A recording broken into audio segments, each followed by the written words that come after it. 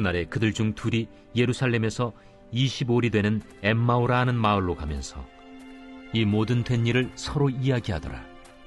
그들이 서로 이야기하며 문의할 때에 예수께서 가까이 이르러 그들과 동행하시나 그들의 눈이 가리어져서 그인 줄 알아보지 못하거늘 예수께서 이르시되 너희가 길 가면서 서로 주고받고 하는 이야기가 무엇이냐 하시니 두 사람이 슬픈 빛을 띠고 머물러 서더라.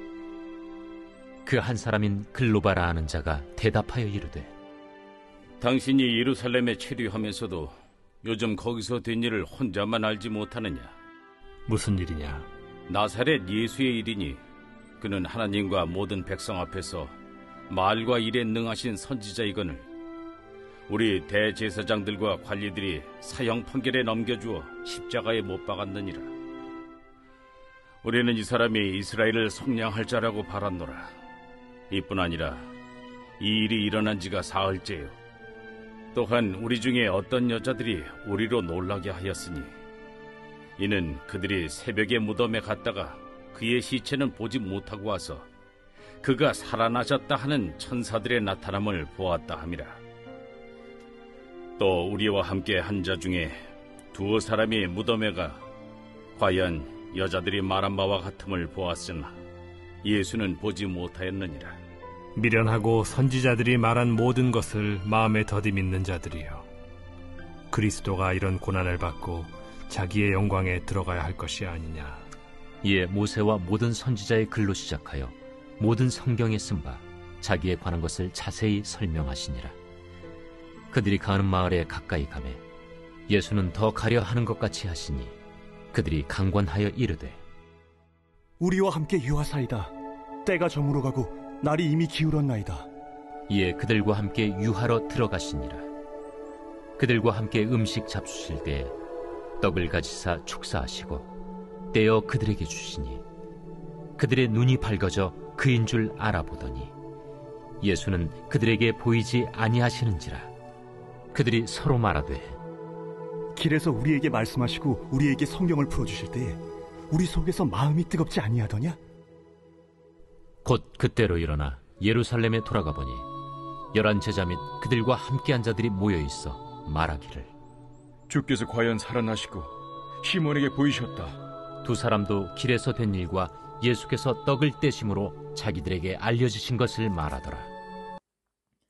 샬롬, 오늘도 말씀과 함께 동행하는 귀한 성도님들을 주님의 이름으로 축복합니다. 말씀이 우리의 힘이며 우리의 능력임을 믿습니다. 오늘도 말씀을 통해 하나님의 선하심을 맛보고 경험하는 하루가 되시기를 소망합니다. 오늘 말씀의 제목은 그분이 함께 계시지만 우리가 보지 못하는 이유입니다. 엠마오로 가는 길은 예루살렘에서 약 11km 떨어진 작은 마을로 가는 여정입니다. 오늘 말씀은 예수님이 부활하신 당일에 두 제자가 깊은 낙심 가운데 길을 걸어가고 있을 때 만나는 장면으로 시작됩니다. 불과 몇 시간 전 자신들이 마음을 다해서 따르던 예수님이 십자가에 못 박혀 돌아가신 충격적인 일을 경험했습니다. 그들의 기대와 희망이 산상조각 나버린 상황 속에서 그들은 부활의 소식을 들었지만 쉽게 믿을 수 없는 마음을 가지고 있었습니다. 당시 유대인들에게 메시아는 로마의 압제에서 구원할 정치적 영웅으로 기대되었습니다. 그렇기에 예수님의 예루살렘 입성에서 수많은 사람들이 호산나를 외치며 예수님을 환영했던 것입니다. 그러나 그들의 메시아가 십자가에서 죽임을 당했다라는 사실은 이해할 수 없는 절망이었습니다. 엠마오로 가던 길에서 그들이 나눈 대화는 이러한 상실감과 혼란을 이야기해주고 있습니다. 이 두 제자의 마음을 헤아려 보면 그들은 깊은 슬픔과 실망감 속에서 자신들의 믿음을 의심하고 있었습니다. 우리가 틀렸던 걸까? 예수님은 정말로 메시아가 아니셨던 걸까? 이런 질문들이 아마 그들의 머릿속을 가득 채우고 있었을 것입니다. 21절 말씀은 이렇게 말합니다. 우리는 이 사람이 이스라엘을 속량할 자라고 바랐노라. 이뿐 아니라 이 일이 일어난 지가 사흘째요. 이 고백에서 그들이 품었던 기대와 꿈이 무너진 아픔을 처절하게 표현해주고 있습니다. 그뿐 아니라 부활하셨다는 여인들의 증언에 대한 반응도 이들의 마음의 상태를 알려줍니다. 11절 말씀입니다. 사도들은 그들의 말이 허탄한 듯이 들려 믿지 아니하나. 지금 여인들이 예수님이 부활하셨다는 소식을 들었지만 그들은 이것을 허탄한 이야기 정도로 여겼습니다. 그들의 깊었던 믿음은 절망 가운데 처절하게 약화된 상태였습니다. 하지만 예수님의 마음은 그들과 달랐습니다. 예수님은 그들의 연약함을 책망하기보다 먼저 그들의 길에 동행하시며 묵묵히 그들의 이야기를 들어주셨습니다. 예수님께서 그 이야기를 들으시면서 어떤 마음이셨을까요? 믿음 없음에 대한 안타까움, 그리고 절망 가운데 있는 제자들의 마음을 만져주고 싶은 그 사랑의 마음이셨을 것입니다.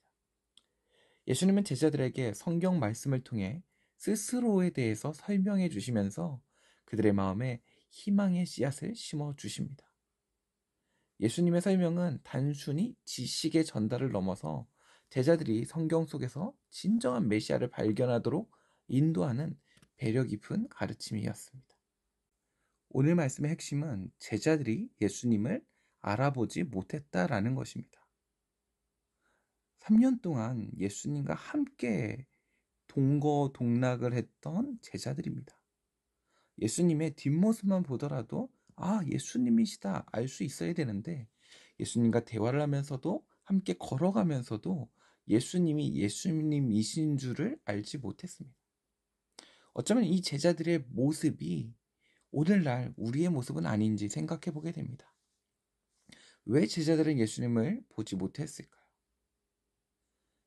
우리의 삶 속에서 예수님의 임재를 알아채지 못하는 수많은 순간들이 우리의 삶에도 있을 것입니다. 제자들이 알아보지 못한 이유는 슬픔과 혼란으로 가득했기 때문입니다. 그들의 눈이 가려져서 그인 줄 알아보지 못하거늘. 이 16절의 이 표현은 단순히 육체적인 시야를 말하는 것이 아니라 영적인 깨달음을 의미합니다. 여기서 사용된 헬라어 에크라툰토는 억제되다, 막히다, 잡히다 라는 것을 뜻합니다. 두 제자가 예수님을 알아보지 못하도록 그들의 눈이 가려졌다라는 것입니다. 우리 눈이 가려지는 순간은 언제일까요? 고난과 좌절 속에서 우리의 마음이 낙심하고 두려워하고 공포스러워하고 분노하고 초조해할 때, 두려움으로 가득 차 있을 때 우리는 하나님이 보이지 않습니다. 베드로가 저 풍랑 중에서 걸어오시는 예수님을 바라보며 주님, 저도 주님 따라 걷고 싶습니다 라는 고백을 했을 때 그는 믿음으로 물 위를 걸었습니다. 그러나 저 멀리서 파도가 오는 것을 보았을 때 마음의 두려움이 일었고 그 즉시 물에 빠지게 됩니다. 주님을 보았을 때는 걸었으나 두려움이 가득했을 때는 빠지게 되었습니다. 우리의 눈은 두려움으로, 초조로, 공포로, 낙심으로, 좌절로 가려질 때 보이지 않게 됩니다. 예수님은 여전히 우리와 함께 계십니다. 그런데 우리가 예수님을 보지 못하게 막고 있는 것은 무엇입니까? 오늘 내 눈을 막고 있는 것이 무엇인지 우리 스스로 생각해 보아야 합니다. 우리 살다 보면 이런 모습을 볼 때가 있습니다. 손에 휴대폰을 들고서 휴대폰이 어디 있지? 찾을 때가 있고, 안경을 쓰고서 안경이 어디 있지? 찾을 때가 있습니다.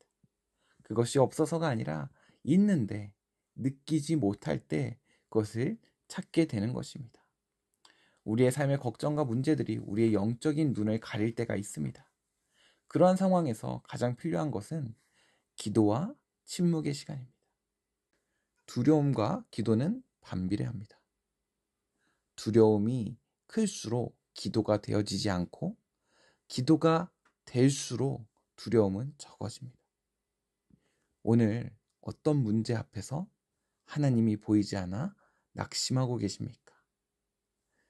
기도로 하나님을 찾을 때 우리의 두려움은 적어지고 예수님이 우리의 삶에 동행하시는 것을 발견하게 될 줄 믿습니다. 예수님은 두 제자에게 성경 말씀을 열어주시며 자신의 사명을 설명하셨습니다.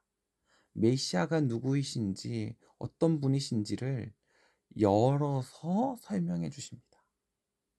단순히 설명을 넘어 깊은 이해를 제공하고 닫혀있던 것들을 열어주셨단 말입니다. 말씀은 우리의 눈과 마음이 열리게 합니다. 기도로 하나님이 보이기 시작하면 그 눈꺼풀을 띄우는 것은 말씀입니다. 예수님께서 그 즉시 본인을 보여주실 수도 있었지만 그리하지 않고 말씀을 설명해 주십니다. 말씀이 깨달아질수록 하나님을 더 깊이 바라볼 수 있게 되는 것입니다. 오늘 나는 어떤 말씀을 듣고 보고 묵상하고 깨닫고 있습니까? 기도와 말씀으로 하나님을 바라보게 되는 우리가 되기를 소망합니다. 30절로 31절 말씀을 보면 예수님이 떡을 떼실 때 제자들의 눈이 열렸습니다. 떡을 떼다. 예수님이 십자가에 달리시기 전 제자들과 최후의 만찬을 가지실 때도 떡을 떼셨습니다. 그리하며 나를 기념하라 하셨습니다. 내가 누군지 발견하고 예수님이 누구이신지 깨달을 때 관계가 회복됩니다. 성찬식은 단순히 떡과 포도주를 마시는 것이 아니라 주님의 살과 피가 내 삶에 어떤 의미인지를 깨닫는 것입니다. 기도와 말씀 그리고 그것을 넘어 주님이 내 삶에 어떤 의미인지 깨닫게 될 때에 나와 동행하시고 나를 인도하시고 나를 지키시고 나와 항상 함께 하시는 그 주님이 보이게 될 줄 믿습니다. 오늘 우리가 기억해야 할 것은 예수님께서는 항상 우리 곁에 계시다는 사실입니다. 문제들로 두려움으로 바쁜 일상으로 우리가 예수님을 알아보지 못할 수도 있습니다. 그러나 그것은 주님이 우리 곁에 없어서가 아니라 우리가 주님을 바라보지 못하도록 막는 것들 때문입니다. 이제는 기도로 말씀으로 그리고 주님을 생각하며 우리 삶 가운데 주님이 항상 함께 계시는 그 임재를 경험하길 바랍니다. 우리 영적인 눈이 열리며 함께 하시는 주님이 경험되어지고 고백되어지길 소망합니다. 함께 기도하겠습니다. 사랑의 하나님, 오늘 엠마오로 가는 두 제자의 이야기를 통해 우리에게 말씀해 주심을 감사드립니다. 우리의 삶에 종종 하나님의 임재를 깨닫지 못하고 나 홀로 걸어간다고 생각하는 순간들이 참 많습니다. 하지만 주님, 우리 곁에 항상 동행하시고 우리를 인도하시며 우리를 지키시는 줄 믿습니다. 우리의 눈과 마음이 가려질 때마다 성령으로 우리의 영적인 눈을 열어주시고 말씀과 기도를 통해 나아갈 때마다 하나님의 임재가 가득 경험되게 하여 주시옵소서. 고난과 좌절 속에서 더욱더 주님을 붙들고 말씀 속에서 위로와 깨달음을 얻게 하여 주시옵소서. 오늘 예수님께서 두 제자와 떡을 떼시며 주님을 드러내어 주신 것처럼 우리 삶 속에서도 주님을 인식하고 주님의 사랑을 경험하며 살아가게 하여 주시옵소서. 감사드리며 예수님의 이름으로 기도합니다. 아멘. 오늘 말씀을 붙들고 오늘은 특별히 예배를 위하여 함께 기도하며 나아가겠습니다.